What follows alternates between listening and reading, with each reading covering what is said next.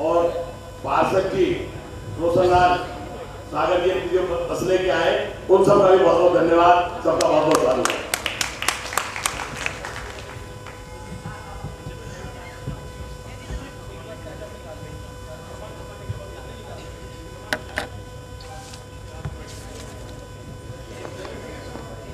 साथियों, सभी को जय भीम, नमो बुद्धाय। करुणा के सागर तथागत भगवान बुद्ध, करोड़ों करोड़ों दलितों के मसीहा, नव भारत के निर्माण करने वाले बाबा साहब डॉक्टर अंबेडकर,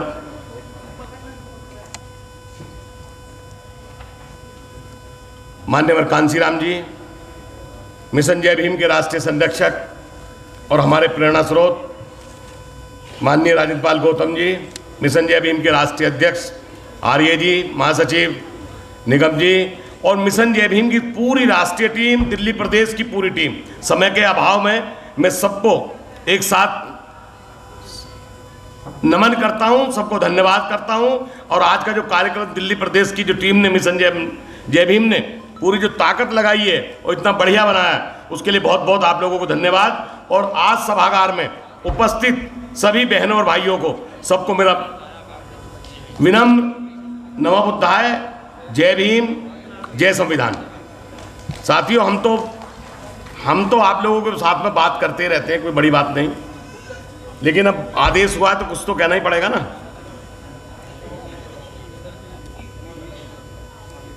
हमारे देश में बड़ी विडंबना है।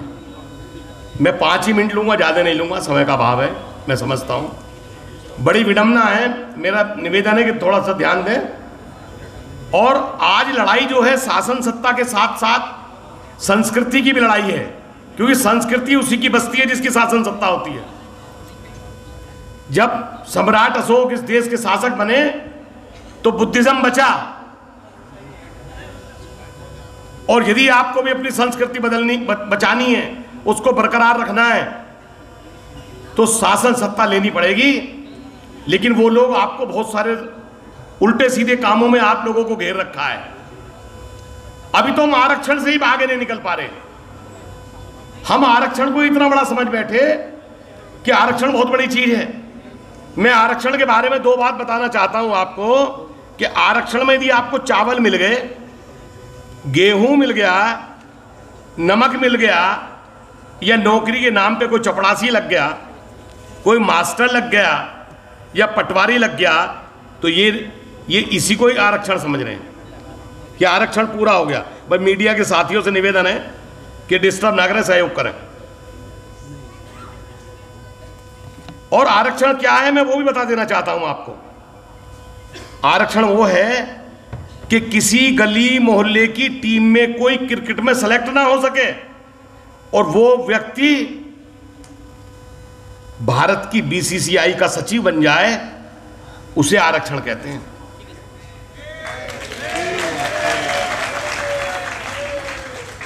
किसी भी परीक्षा में बिना पास किए सीधे हाई कोर्ट में और सुप्रीम कोर्ट में जज बन जाए, इसे आरक्षण कहते हैं। जब पहली बार कोई सांसद बने या विधायक बने और पहली बार में ही उसको बहुत अच्छा मंत्रालय मिल जाए, तो उसे कहते हैं रिजर्वेशन, आरक्षण। और बिना आईएएस की परीक्षा पास किए सीधे जॉइंट सेक्रेटरी बन जाते हैं, उसे कहते हैं आरक्षण। ये पटवारी और मास्टर बनना ये आरक्षण नहीं है। जिन्होंने कभी तीर कमान ना चलाए हों, तीर कमान की परिभाषा ना जानते हो, उन्हें राफेल का ठेका मिल जाए, इसको कहते हैं आरक्षण।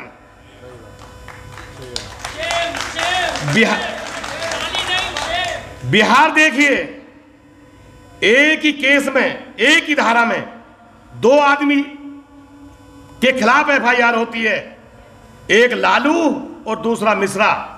एक को लालू को होती जेल और मिश्रा को मिलती बेल। इसे आरक्षण कहते हैं, इसको आरक्षण कहते हैं। हजारों करोड़ों रुपए की कर्ज माफी कर दी, ले के भाग गए, उनकी कर्ज माफी कर दी, और जिन पे 10-20 हजार है जिन्होंने घर बनवाने में लिया, या भैंस खरीदने में लिया, या बकरी खरीदने में 2-4 हजार रुपए बैंक से लिए, उनके मकान कुड़की कर दी और उनको बरी कर दिया। इसे कहते हैं आरक्षण। मेरी बात समझ में आ रही ना? और जब राष्ट्रपति के अंगरक्षक एक ही जाति विशेष के बनते हो, जहां दूसरों को वहां पे पार्टिसिपेट करने का मौका भी ना मिलता हो, उसे कहते हैं आरक्षण। बताया आपको, एक ही जाति विशेष के लोग हैं जो उनके संरक्षण में राष्ट्रपति के आजादी से लेकर आज तक दूसरी किसी जाति का व्यक्ति उसमें नहीं रखा गया। इसके साथ साथ देश के सारे मंदिरों में एक ही जाति विशेष के लोगों का आरक्षण है, कोई दूसरा वहां पे पुजारी नहीं बन सकता। इसे कहते हैं आरक्षण। और जो आरक्षण ले रहे हैं वो आरक्षण का विरोध कर रहे हैं, वो आरक्षण को कोस रहे हैं। सेना अध्यक्ष की पूरी टोली उठा लो, शुरू से लेकर आखिर तक, आज तक सेना अध्यक्षों की टोली शुरू से लेकर आज तक उठा लो, आज तक कोई भी एक ही बिरादरी के बन रहे हैं, सब स्वर्णों में से ही, दूसरे को मौका नहीं लगन दे रहे। इसे कह रहे हैं आरक्षण। और देखिए, पिछड़े वर्ग का,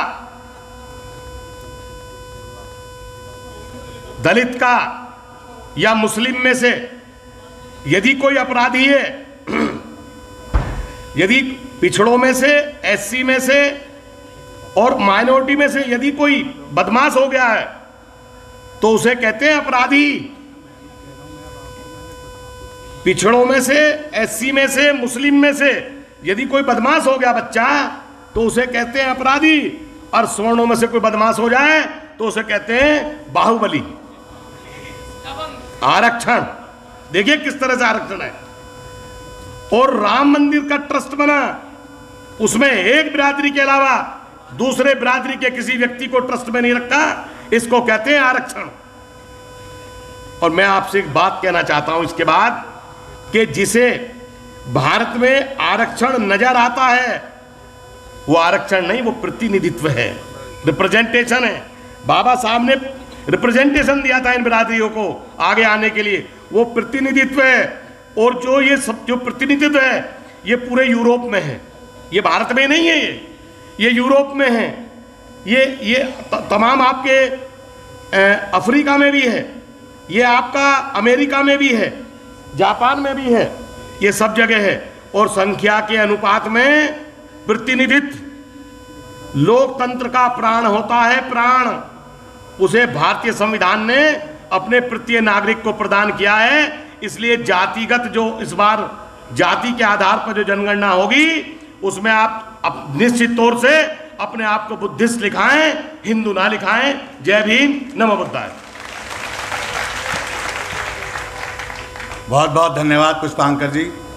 समय हमारा समाप्त हो चुका है हॉल का, बुकिंग का, और बार बार मेरे पास बहुत प्रेशर आ रहा है। मैं सीधा आमंत्रित कर रहा हूँ माननीय राजेंद्र पाल गौतम जी को आएँ और अपना अध्यक्षीय संबोधन करें। माननीय राजेंद्र पाल गौतम।